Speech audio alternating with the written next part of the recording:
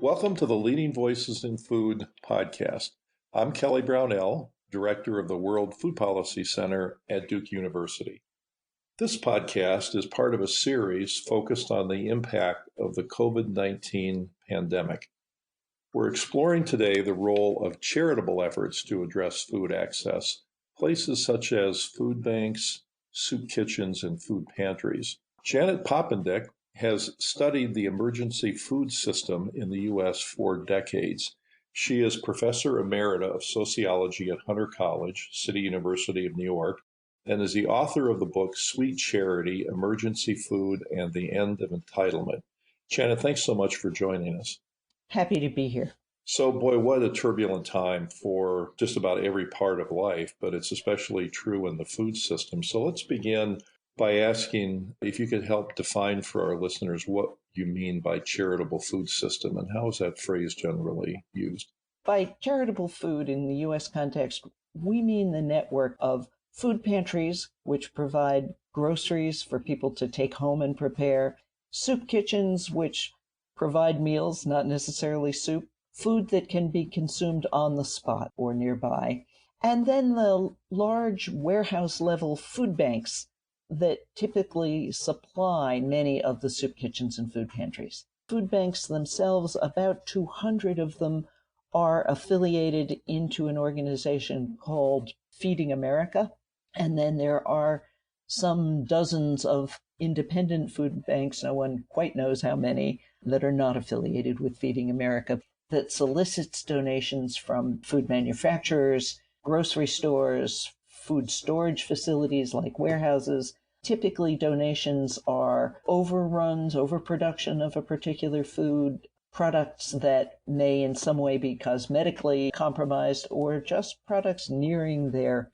best if used by date. Much of what comes in is food that was in some sense in danger of going to waste. So, given that we're in the throes of this raging pandemic, what's happening with charitable food systems? Well, for starters, they've become front page news. I think many more people in the United States are aware now of food banking, soup kitchens, and food pantries because the need has escalated so rapidly. Many of us were taken aback at aerial photographs of literally hundreds and hundreds of cars lined up at food banks. At the very beginning, there was a kind of shakedown. Many food pantries are staffed totally by volunteers, and most of those volunteers are senior citizens. And so when the word came that we older folks are especially vulnerable to COVID, many seniors had to give up their volunteer work and stay home. So, for instance, in New York City, in the first few weeks of the shutdown, about 40% of the city's food pantries closed. At the same time, at the food bank level, the sort of wholesale level, there was a pretty big mobilization to expand capacity, and food banks did that by shoring up some of their larger food pantries and soup kitchens that did have paid staff and greater age range in their volunteers, but also by putting prepared boxes into people's trunks so that they minimized the contact as food banks learned the logistics of large-scale distribution. At the same time, the Department of Agriculture, USDA, began purchasing and shipping food. There are a variety of food streams that run through USDA, but the one that's been highest profile has been the Farm to Families program, Sonny Perdue's Blue Apron boxes in a new guise. Food banks were promised that these would be what they called truck-to-trunk deliveries, that the contractors that got the contracts from USDA to package and deliver this food would be doing the distribution to needy families directly themselves. And these have typically ended up at food banks for distribution. It wasn't the intent, but many of them turned out to not have that capacity and needed to deliver to the food bank where there are loading docks. So the food banks are pleading with the USDA and with Congress for some financial help to help absorb the cost, because this essentially transfers the distribution cost of these contracts to them. So that's kind of a thumbnail of what's happened.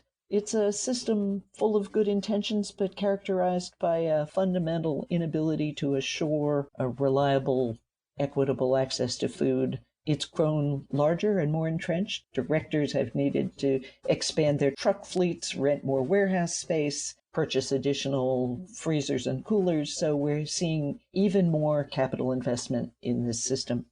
So, what weaknesses in the food system do you believe the pandemic has exposed? I guess I'm going to start by saying it's exposed the fragility and unreliability of our income policies in the United States. Hunger, food insecurity is fundamentally an income problem, not a food problem. And our income safety net was forged in the Great Depression when our economy was profoundly different from it is now. Just think of all the gig economy and the reliance on private contractors and the treating package delivery folks as private contractors so that the companies won't have to pay benefits. We've seen this massive shift in the US economy toward individually managed workplaces, separating people from the kinds of benefits and security that they used to have through more typical corporation employment. So we've seen a lot of people with their income totally stopped who would not typically have been eligible for unemployment compensation. Congress took a much needed step in making private contractors eligible for unemployment under the pandemic provision.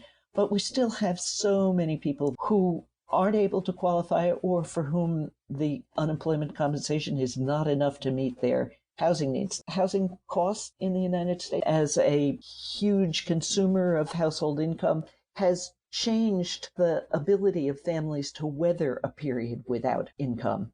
So if we're just clear for starters that it's an income problem, not a food problem, then one of the weaknesses I see is this massive over-reliance on charity as a way to meet the needs that are generated by loss of income, whether it's system-wide loss of income like we're seeing with the pandemic, or whether it's the things that happen to families all the time, even in more normal times.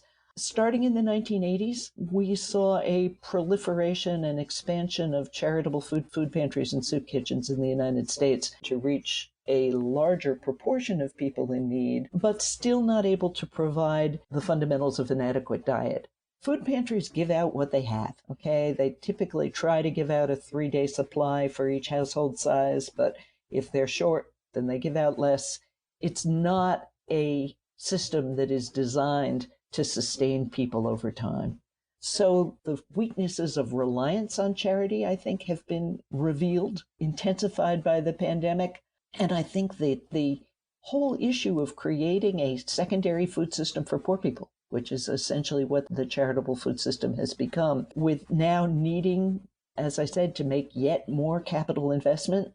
So making this likely to be an even larger and more permanent part of the American food system, it troubles me. I think we will emerge from the pandemic with a bigger, better food banking system, but inherently unable to establish and protect rights to food. When we made the big transition from working to expand and improve our public programs, which we did throughout the late 60s and 1970s, to a kind of wholesale shift to reliance on charity in the early 80s, we basically were substituting gifts for rights. And I think that's not the direction that we need to be moving. I don't think this is our last pandemic. And I think that the disruptions related to climate change are going to create a whole series of emergencies. I guess I see this in a way as a wake-up call for a lot what's to come.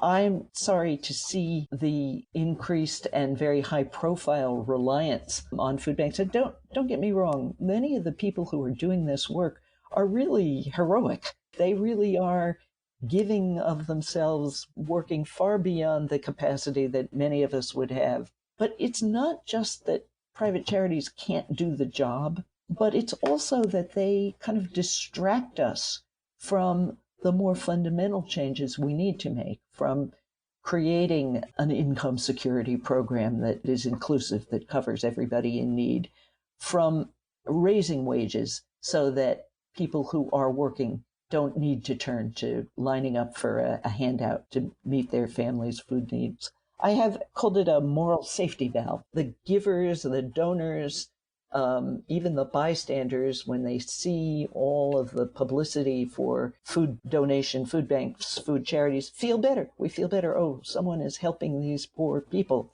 And it takes the pressure off and diverts us, I think, from looking at the structural inequalities. Are there some other things that you think could be done to build a more resilient food system? And how does this connect with your ideas about the right to food? I think that to build a more resilient food system, there are really two sides. I know this is really kind of oversimplified, but there's the demand side and the supply side.